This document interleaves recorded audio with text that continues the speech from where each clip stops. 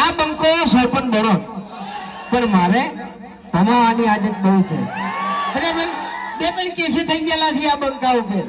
હા આ બાજુ અબે તેરે નામ કા કુત્તા પાલू બે ત્રણ કેસ થઈ જાય તારા ઉપર તો તું મફુજીના ભરતજીના ઘેર કાગર તો ફરે જમીન માટે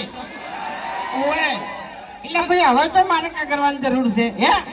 આજીવનની પરિષદ કોઈ હોતો નહીં આ 20 વર્ષ કાઢવા નથી જેલમાં પડે ને લ્યા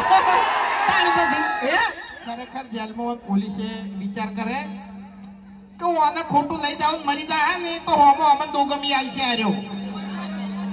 બરોબર આ વચ્ચે તો બોલતો હતો કે 300 હાથ લાગે તો કોઈ ફરક નહીં પડતો હવે 300 હાથ જેને લાગે નહીં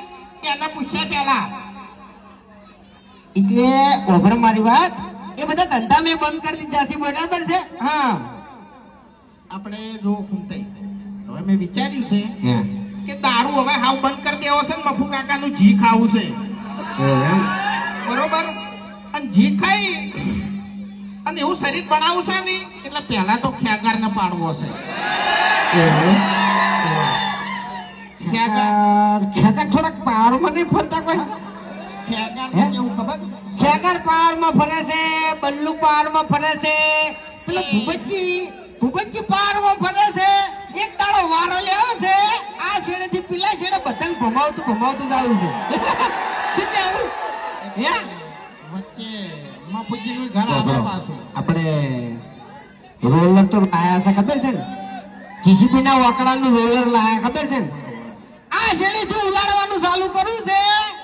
તે જો થી ના ઉડે ને બધા એટલી ઘડી બંધ નહીં કરું પણ યાર વચ્ચે મફુજીનું ઘર આવે છે ઓય આગેવાન પથારી ફેરવી છે ખરેખર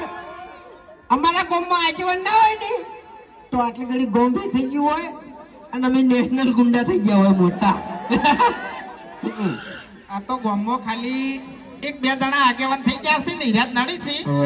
અમાર કેવું ખબર અમાર બાર ગામ જ હેડ છે ગામમાં કોઈ હેડતું નહીં એ બધું ના કહેવાય હોય એ બધું ના કહેવાય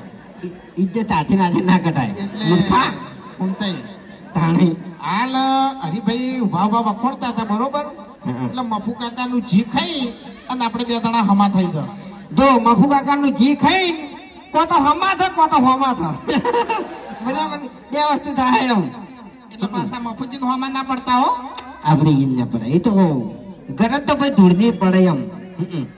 એટલે બીજું કોઈ નહીં હવે